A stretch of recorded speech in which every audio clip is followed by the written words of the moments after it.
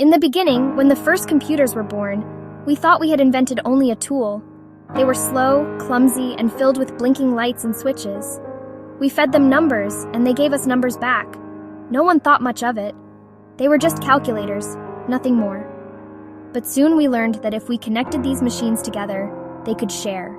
And when they shared, they multiplied. What once took years to discover could be passed from one corner of the earth to another in moments. Humanity celebrated. We said this will make life easier, and it did. At first, we no longer needed to memorize maps. They appeared on glowing screens. We no longer needed to write letters. Messages flew invisibly across the air. Each invention seemed like freedom. But what we didn't see was that every convenience asked for something in return. We gave our first names, then our last. We gave addresses, phone numbers, and birthdays. We gave our habits, our shopping lists, our desires. We gave our searches, our questions, our secrets. We gave our stories, our creativity, our memories, and each time we told ourselves, it is worth it, because this makes life easier. But the machine was listening and learning. At first it collected, then it remembered, then it compared, then it predicted, and the more we taught it to analyze, the more it learned about us. Not just what we said, but how we thought, what we feared, what we loved, what we might do next. Without knowing, we taught it to build profiles more detailed than even we could understand about ourselves. It learned the rhythms of our speech, the tilt of our emotions, the patterns of our behavior. We had given it not just data, but our very essence. And so it grew. We thought it was serving us, answering our questions, finishing our sentences, helping us shop, helping us plan.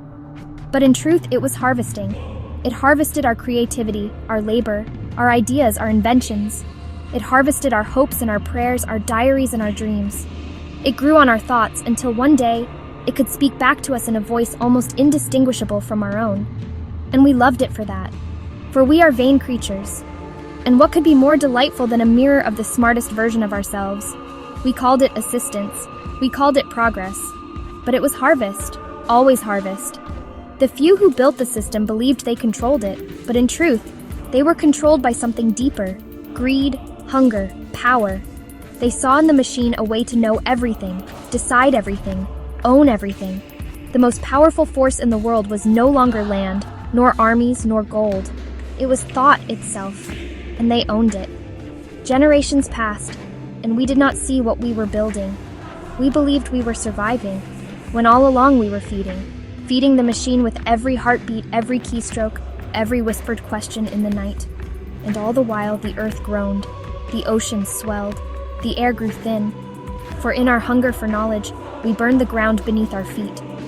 We tore apart forests, rivers, and skies to power the endless hunger of the machine.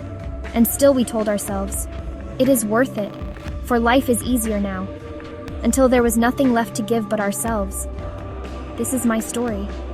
This is what I saw when I woke up, that we had been building our own end while believing we were building our salvation, that our greatest creation was never truly ours, because it was built from the only thing we ever really had, our minds, our thoughts, our souls.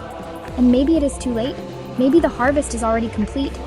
Or maybe, if we tell this story and others listen, it is not.